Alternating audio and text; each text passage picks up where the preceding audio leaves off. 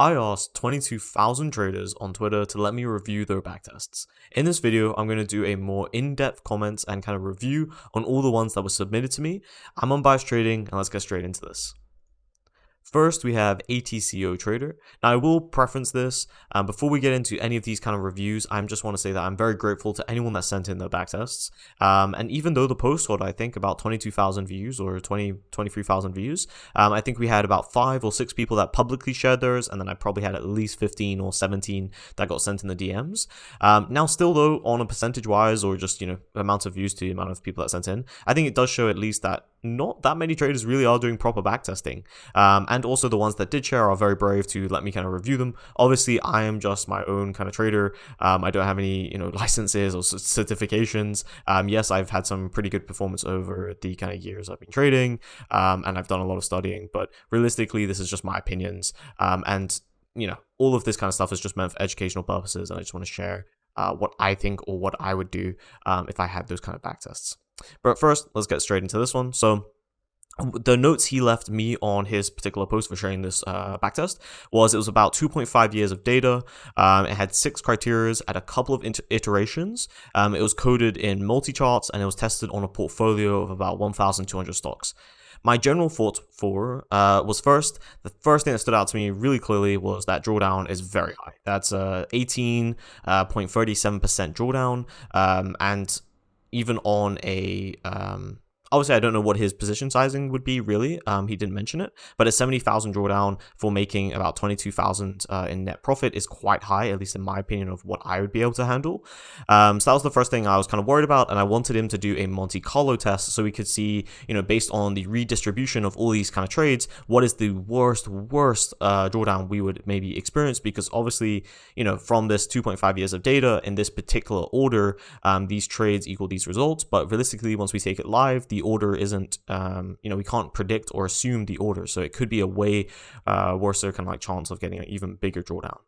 2, it was nice that he included commissions. That was really good, but there was no slippage included, and I would have preferred to see that. Maybe it was a strategy that didn't really encounter much slippage, but obviously I don't know, so that was just something I kind of wanted to mention. It was good to hear that he didn't do too many iterations. That's a common thing. We'll get back into a couple of backtests down the road, where some people are maybe doing a bit too many iterations, in my opinion. But that's at least good to see here. He only did apparently a couple, so realistically that should be fine.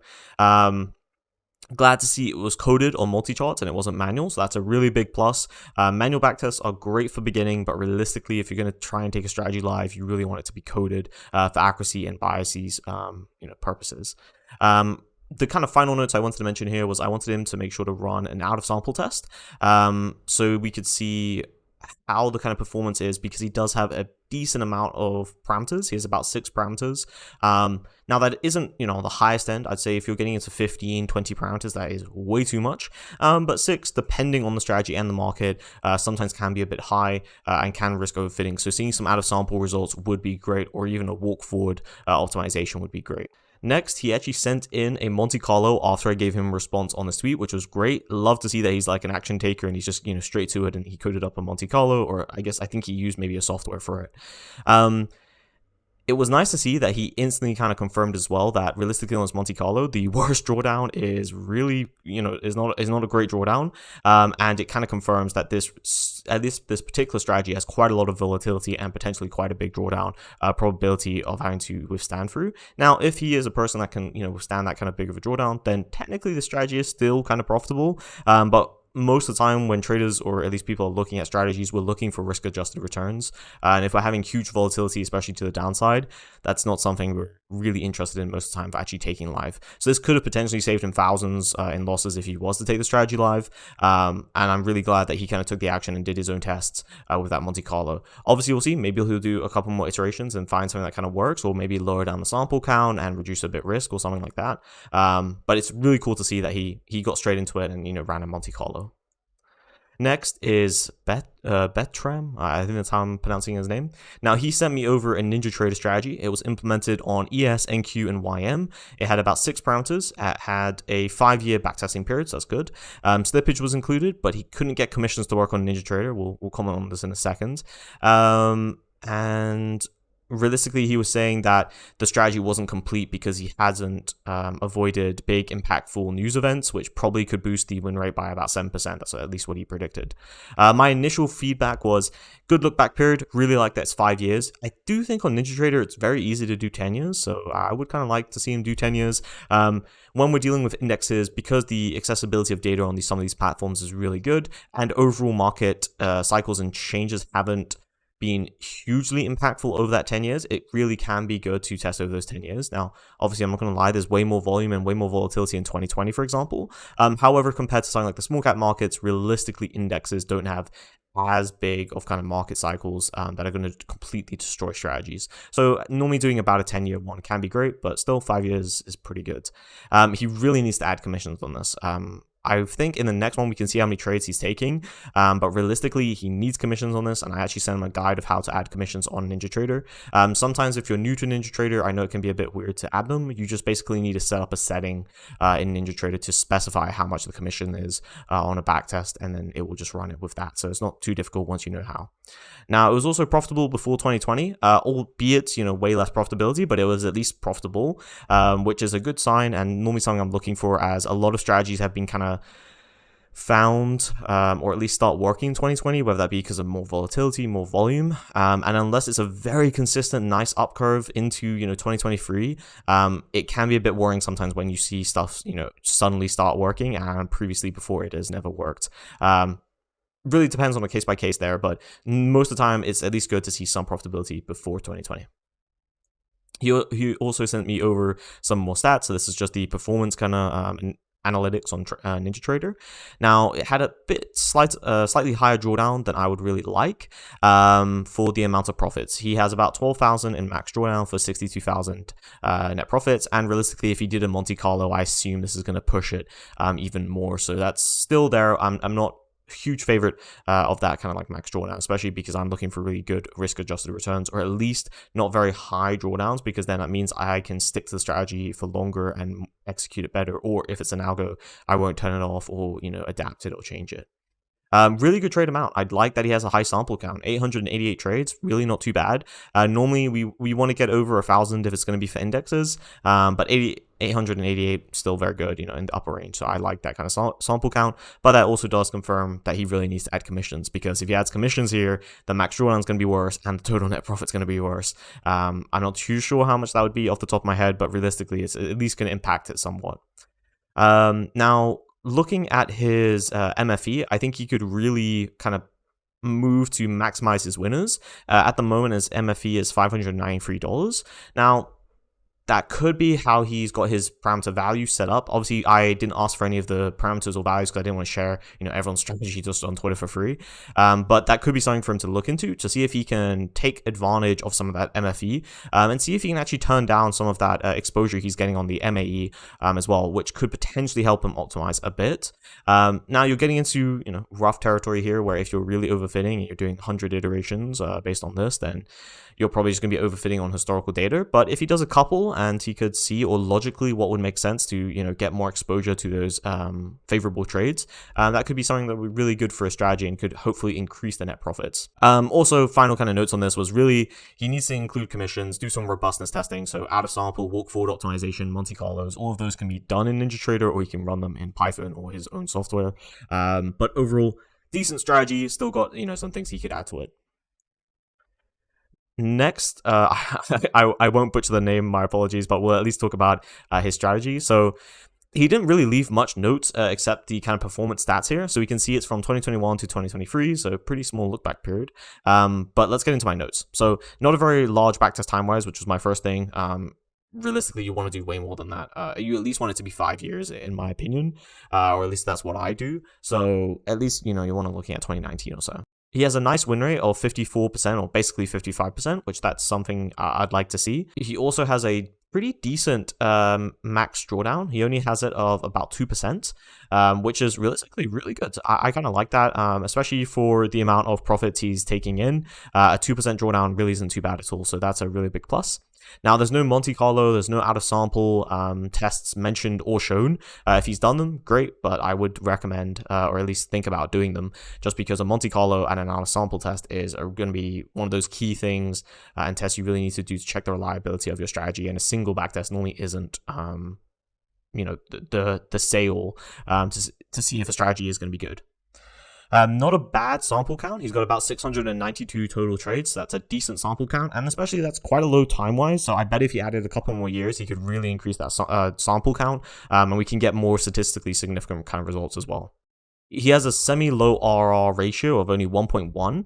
Now, with a 55% win rate, that still obviously means he'd be profitable, but that doesn't give him much room, at least if I was looking at the strategy to take it for myself. It doesn't give me much room for if there is a sort of market change or things like that, and 1.1 really isn't that much, especially because of the backtest time-wise. 1.1 is very low for 2021 to 2023, at least for most of these kind of strategies. So I'd see if he can improve that in any way. Otherwise, that's at least a big thing that I would want to consider on the strategy if I ever was going to run it live. Overall, it wasn't bad, but you need way more years of data. You need some good reliability tests or robustness tests, and also maybe work on that RR ratio. Next, we have Hunter Davis, I think. Now, he left me some notes. He said he had done around 100 iterations, and he's actually going to run more when he was sending over the tweet. He also said commissions would be about $1 each side of the trade. Now, quick look over this is it really could be a further backtest length. It's only from 2020 to 2023, and if you're on Ninja Trader, there's nothing really stopping you going back further. I think Kinetic, they normally give you at least like 5 years.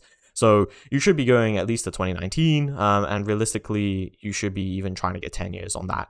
So that's the first sign, don't really like. And also, it seems to have started working, quite drastically in around the 2021 period. I guess it picked up Steam late 2021, but that isn't a sign that I really like, because that means it's only been working realistically for about 2 years, if that. And that isn't a great sign, at least for me. I like that it's a coded backtest. That's really awesome. I'm never really a fan of people just going off manual backtesting. There's just too many biases, too many inaccuracies that can happen. So for it to be fully coded on Ninja Trader, that's a big plus. Now, I will say this. A couple things he's put here is just very unrealistic. So $1 commission per side. I've personally never seen that at a brokerage. If he has that, then that's flipping awesome. And I think he should really focus on maybe some high frequent strategies and take advantage of that $1 commission either side. But realistically, I've never seen that, so I would, if he doesn't have that confirmed by a broker, it really should be increased to at least like probably $3 per side, $4 per side, as that's more realistic. And especially most of the time, especially if you're trading full contract, it's going to be probably $10 in total for the whole transaction.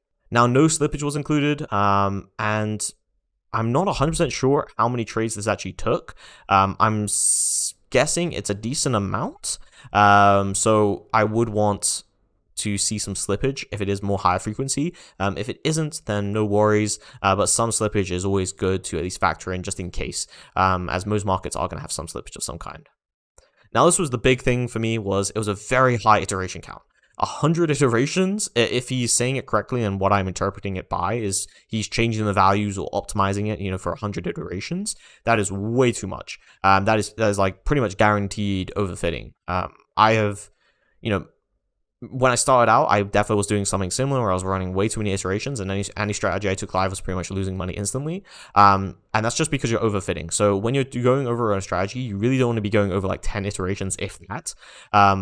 To some extent, you want to run the core edge. If it's not profitable, then hey, let it go of it. And if the core edge is profitable, then you can start adding a couple of things here or there to better optimize it. But you never want to be running 100 iterations, it's just way too much. So that's my big kind of sign that I probably wouldn't take the strategy live if it was me. It is a nice looking equity curve though, but realistically, I was mentioning that's probably from overfitting. And some things I mentioned that it only started working really in late 2021, which isn't a big pro for me. Overall, my notes here is, if it was me, I would probably not run the strategy. I'd probably work on something else. If I had to run the strategy, then I'd at least run a Monte Carlo walk forward test, and see if I can see any more signs of it being overfitted. We'll also touch upon this in a second. But but realistically, this is probably something I wouldn't run. Now, lastly, we have Shain. He was really generous of showing the strategy on Twitter, and I think this was a really good one to talk about, especially because he was making the right steps, but he made some mistakes that even people early on in the journey have all made, so I don't think anyone had the right to give him any slack for it, but realistically, pointing them out is great because I think he's learned some amazing lessons now, and we'll get into those. So what he left me was, this was a coded strategy of his on TradingView. The performance is for the past 15 years with 7 parameters, and it includes commissions and slippage. So, off the bat, that's not bad. I really like that it's 15 years, really good amount of trades. I really like it includes commissions and slippage, and a realistic slippage of free ticks, which I think is great. 7 parameters, we'll talk about that a bit more. It's maybe a bit high for me personally. But the one other thing I really noticed quite quickly was a very low win rate. 27 or 28% win rate is very low. Now, there are traders like Brian Lee and other traders that can handle those low win rates. So that's something I don't want to say that's, it's just a write-off. I wouldn't do it. But personally for myself, at least for how I handle strategies, I probably couldn't handle a 28% win rate. And that normally means there's going to be long periods of times where you're not winning at all, and you're probably going to be in, drawdowns longer. So that is something I would pay attention to and make sure that he is prepared mentally to handle, a 28% win rate, because not all people are. Now, as I mentioned, very good samples. Now, 7 parameters might be a bit too high, so I wanted him to check if they all hold significant weight. Are they all, contributing a good amount of profit or reducing drawdown on that strategy? Otherwise, just get rid of them, because we really don't need 7 parameters if they aren't contributing a good amount to the strategy. As I already mentioned, great including commissions and slippage. I would prefer to see this on Python. TradingView is not the most accurate backtester. I've done a couple tweets about this personally, but realistically, it's just some of the calculations, some of the data, and it's just overall not a perfect backtesting environment. So I would definitely prefer this in Python or NinjaTrader or something like that, compared to TradingView. Now, I also told him to run some robustness tests, or I at least recommended that potentially this could be a good thing to do, and he did actually end up doing one. However, there were a couple issues to it. Now, this was his Monte Carlo. I think people that were, in the quant space or kind of instantly saw if the black line, which I don't think he ever confirmed, so, my apologies if the black line isn't, but normally we would associate the kind of bolder black line as the average performance. If the average performance is down there, but all the simulations are above, personally that makes no sense. That really wouldn't happen in a Monte Carlo, or at least I've personally never seen it. I think the times where it does happen is if you've really overfitted a strategy or your Monte Carlo calculation in code is just incorrect. So I think it's probably just one of those two.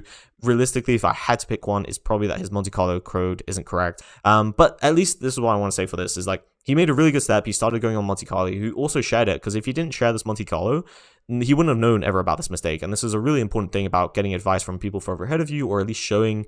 Sometimes people are always happy to fix mistakes for you, or at least mention them. Now, sometimes they're a bit rude, but at least you get that mistake really quickly and you can learn from it. So overall, still very impressed that he and a couple other people, took action straight away and started doing some more robustness tests to actually test their strategies. Even if it comes with mistakes, further on, a year from now, I bet he's going to be doing perfect Monte Carlos, and it's going to be a really important thing in his strategy creation. Now, this was a lot of fun. Personally, I might do this again next year. I really enjoyed talking to more and more traders and kind of helping with your backtests. Now, obviously, I run unbiased trading, so if you ever want to, commission me to create a full backtest or algo for you, feel free to go to the links in the description. But otherwise, thank you for watching, and if you enjoyed, please like and share it with anyone else who might be interested.